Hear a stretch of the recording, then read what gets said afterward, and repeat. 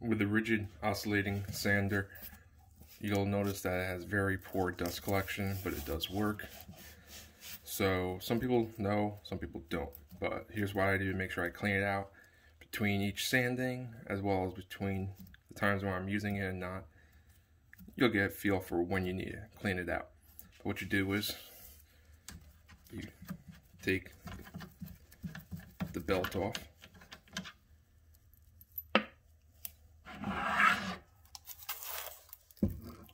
Stuff down here, you want to vacuum this off. I'll do this at the end. You just won't be able to hear me if I'm using the vacuum. So vacuum all this off, and you can take the belt off, vacuum inside here. I don't need to do that often though. But what you should do is down in here. This is where, especially when you're sanding pine, it's going to cake up, get clogged, and it won't come over here to the suction port. So what you want to do is, to get in here, you can't really get a vacuum down in here, but for those that don't know, this plastic piece, if you put your fingers on it,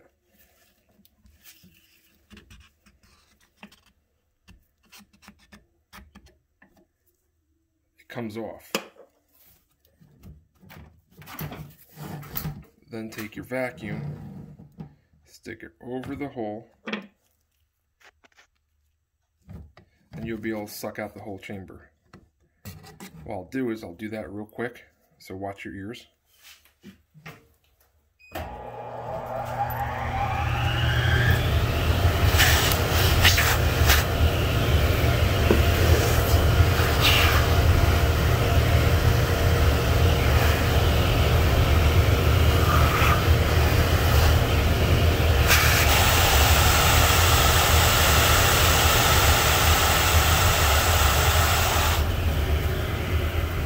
Have a really good hold on it.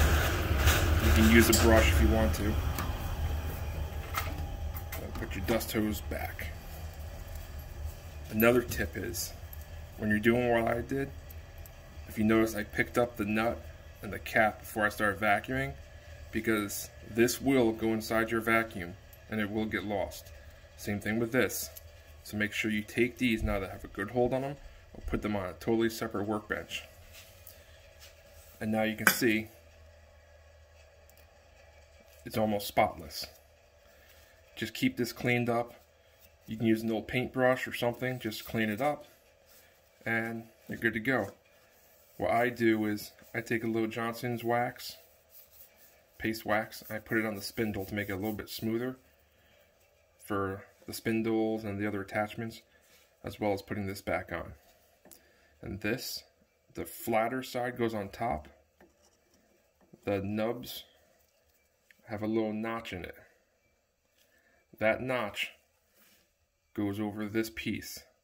So when you install it, you can drop it down whichever way, but give it a little spin until it sits down inside there, or else your pieces won't go on correctly.